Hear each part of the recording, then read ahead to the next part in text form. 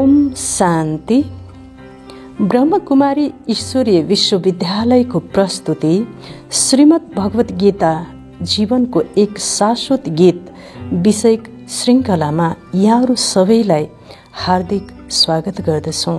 आज हामी यस श्रृङ्खला अन्तर्गत आत्माको महान गुण सुखको विषयमा र यसका विविध पक्षहरूमा चर्चा गर्नेछौँ। आदरणीय महानुभावहरू, आज संसारमा हरेक व्यक्ति केही न केही कहीँ न कहीँ कुनै न कुनै कारणले दुखी छ। आत्माको शक्तिहीनताको कारणले मन वचन कर्मले स्वयं पनि दुखी र अर्कालाई पनि दुःख पुर्याइरहेको छ। आफ्नो गलत सोच र संस्कारका कारण स्वयं पनि दुखी र अरूलाई पनि दुःखको भाइब्रेसन सम्प्रेषण गरिरहेको छ। जीवात्माको आन्तरिक रिक्तताको कारणले, असन्तुष्टता र इच्छाको कारणले उसले आफूभित्र अभावको महसुस गर्दछ। यही अभावलाई पूर्ति गर्नको लागि, तृप्त गर्नको लागि उसले अत्यधिक धनोपार्जन र शारीरिक सुख सुविधाका सामग्री संसाधनहरू प्राप्त गर्नको लागि पुरुषार्थ गर्दछ, मेहनत गर्दछ। यो क्रममा उसको भित्र इच्छा र तृष्णाको जन्म हुन्छ र इच्छा र तृष्णाले जीवात्मा अतृप्त हुन्छ र अतृप्त हुन्छ, अझै अभावको महसुस गर्दै जान्छ र अतृप्त र अनन्त इच्छाहरूले जीवात्मालाई असन्तुष्टता, अभावको अनुभूति गराउँदछ र यसले गर्दा जीवात्माको मनमा दुःखको अनुभूति हुन्छ। अतृप्त, अभाव, असम्पन्नताले गर्दा जीवात्मा दुःखको अनुभूति गर्दछ। यस अवस्थाको आत्माको नामलाई नै दुःख भनिन्छ। यसको ठिक विपरीत इन्द्रियहरूको नियन्त्रण र समस्त तृष्णा र इच्छाहरूको समाप्ति पश्चात जीवात्मालाई जुन प्रसन्नता र आत्मसन्तुष्टि मिल्दछ, यसैलाई नै वास्तविक र सच्चा सुख भनिन्छ। श्रीमद् भगवत गीतामा भगवानले सुखी आत्माका 3वटा लक्षणहरू बताउनु भएको छ। पहिलो लक्षण हो आत्मरति।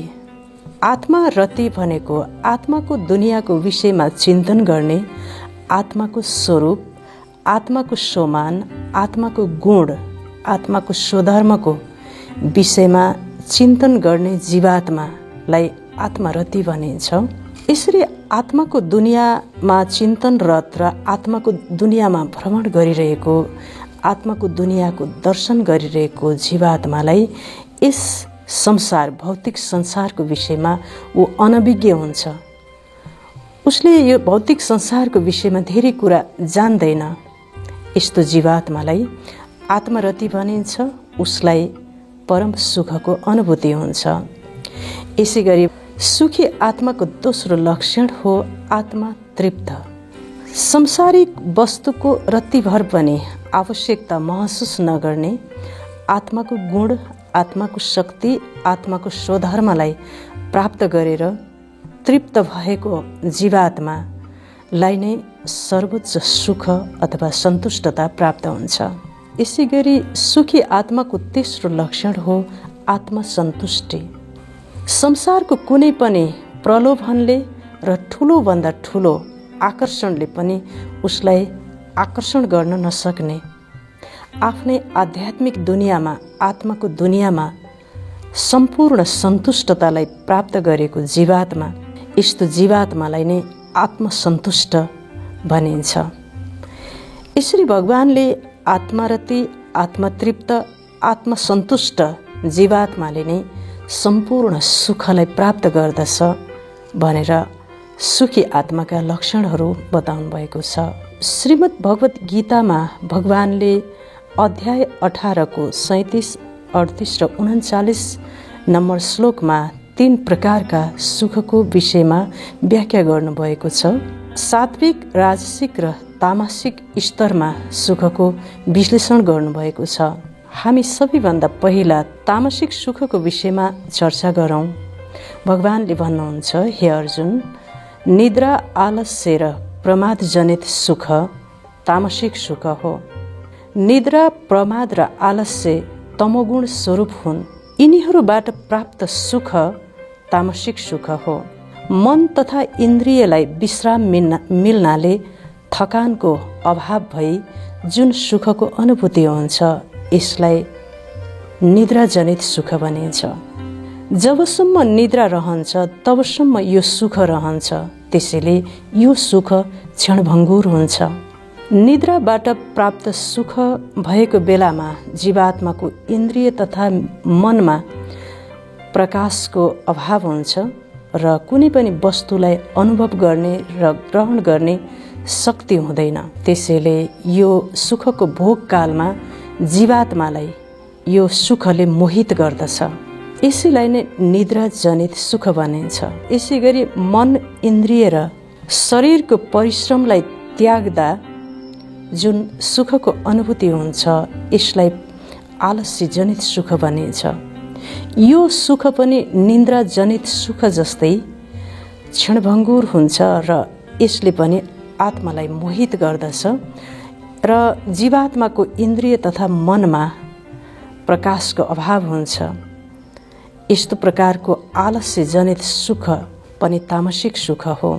यसै गरी जीवात्माले व्यर्थ कर्म गर्न मन पराउने र मन बहलाउनको लागि व्यर्थ कार्य गर्ने र कर्तव्य कर्म गर्नमा रुचि नहुने र कर्तव्य कर्म गर्न छोड्नमा र त्यो कर्म गर्न बच्नमा सुखको अनुभूति गर्नुलाई नै प्रमादजनित सुख भनिन्छ। यो प्रमादजनित सुखले जीवात्माको अन्तस्करणमा विवेक शक्तिको नष्ट गरिदिन्छ र उसले कर्तव्य अकर्तव्यलाई छुट्याउन सक्दैन। कर्तव्य अकर्तव्यलाई छुट्याउने ज्ञानयुक्त विवेक शक्तिलाई मोहले ढाकिएको हुनाले ऊ हमेसा कर्तव्य कर्म गर्नबाट विमुख हुन्छ र यस प्रकारको सुखलाई सुख ठान्दछ। यो सुखलाई नै प्रमादजनित सुख भनिन्छ। समग्रमा निद्रा, प्रमाद र आलस्यबाट जुन सुख प्राप्त हुन्छ त्यो सुखलाई तामसिक सुख भनेर भनिन्छ। यसै गरी भगवानले राजसिक सुखको विषयमा भन्नुहुन्छ, हे अर्जुन, इन्द्रिय र विषयको संयोगबाट उत्पन्न सुखलाई राजसिक सुख भनिन्छ। जबसम्म इन्द्रिय र विषयको संयोग हुन्छ तबसम्म यो सुख रहन्छ र यो सुखको अनुभूति हुन्छ र भोगकालमा यो सुख अमृत समान प्रतीत हुन्छ र यसले जीवात्मालाई अत्यन्त मोहित गर्दछ। जसै इन्द्रियको भोग गर्ने कार्य सिद्धिन्छ यो सुख पनि समाप्त हुन्छ, क्षणभङ्गुर हुन्छ र भोगकालमा यो सुख अमृत समान सुखको प्रतीत हुन्छ भने यसको परिणाम विष समान हुन्छ र अत्यन्त दुःखदायी हुन्छ। यस्तो प्रकारको सुखलाई भगवानले राजसिक सुख भन्नुभएको छ। यसरी भोगकालमा यो सुख अमृत समान प्रतीत हुन्छ भने यसको परिणाम अत्यन्त विष समान र दुःख र कष्टदायक अनुभव हुन्छ।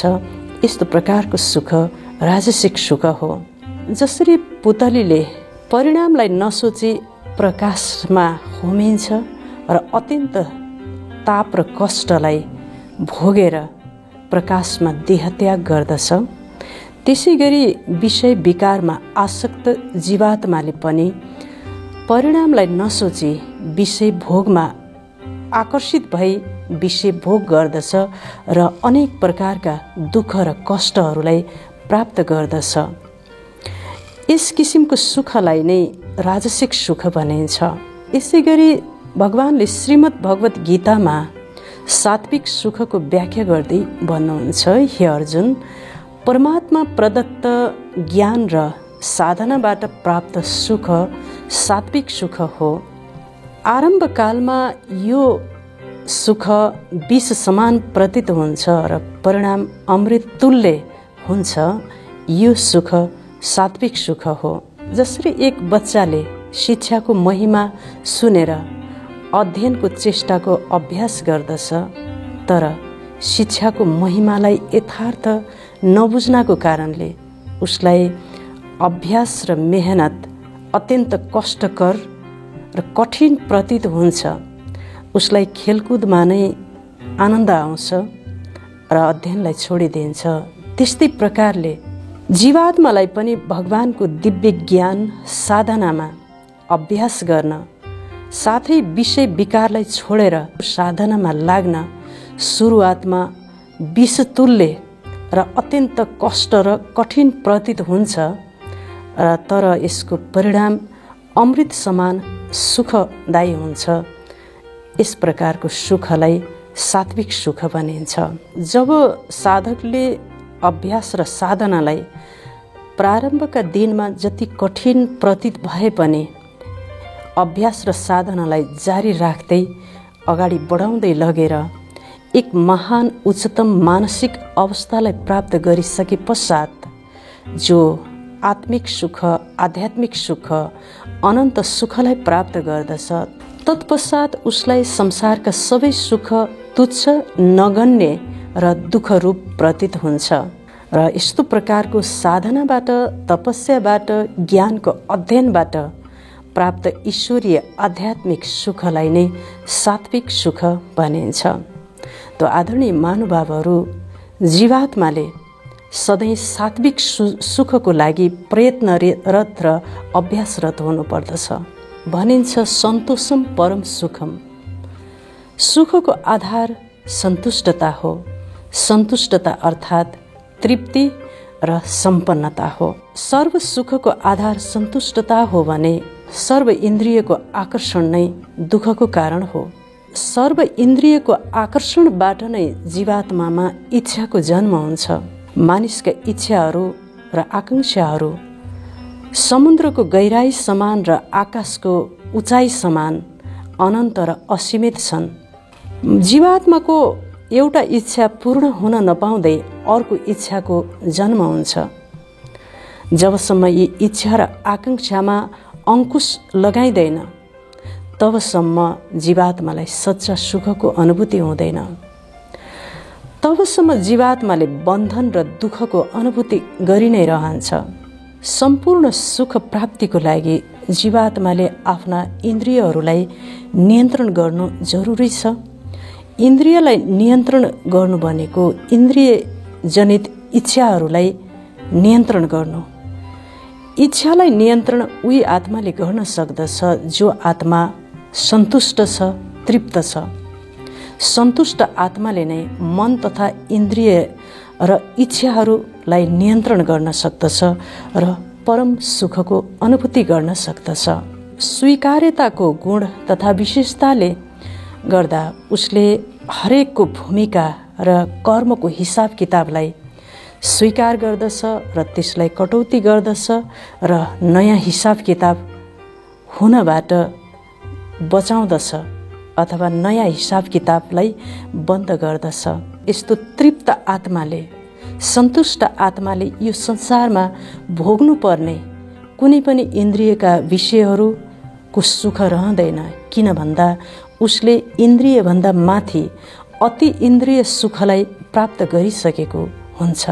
सुखका सागर परमपिता परमात्माले हामी सम्पूर्ण जीवात्मालाई सुखको विषयमा भन्नुभएको छ कि सदा जीवनमा सुख देऊ, सुख ल्याऊ, कसैलाई पनि मन वचन कर्मले दुःख नदेऊ, सदा सुख दिने मात्र विचार गर।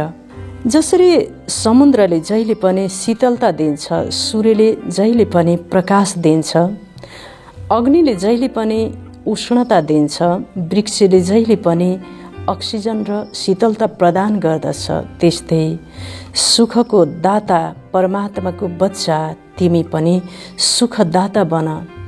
जति तिमीले संसारमा सुखको भाइब्रेसन फैलाउँदछौ, अरूलाई सुख दिन्छौ, त्यो सुख तिमीलाई प्राप्त हुन्छ।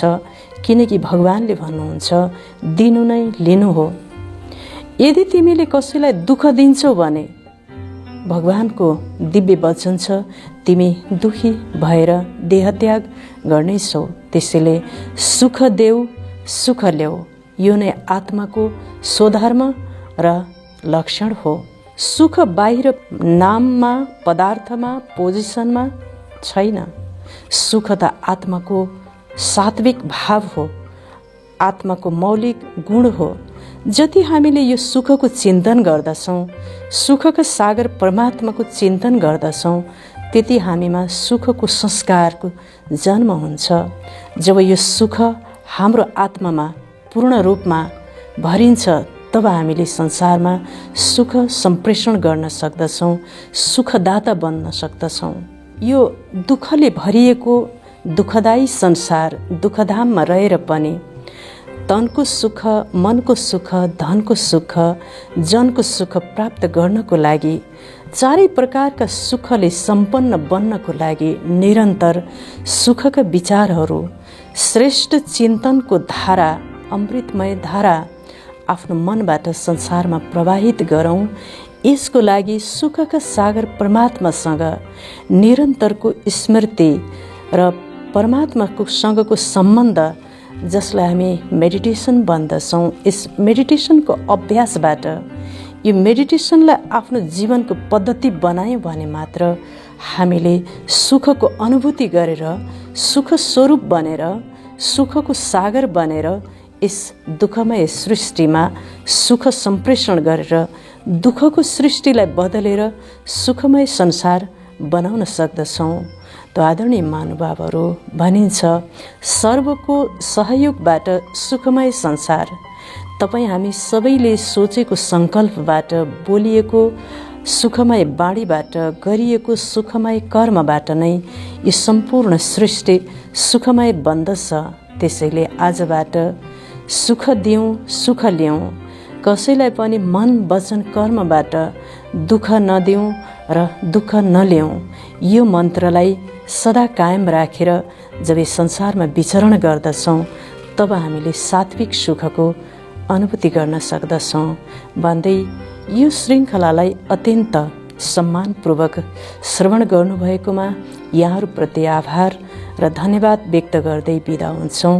हवस् त। ओम शान्ति।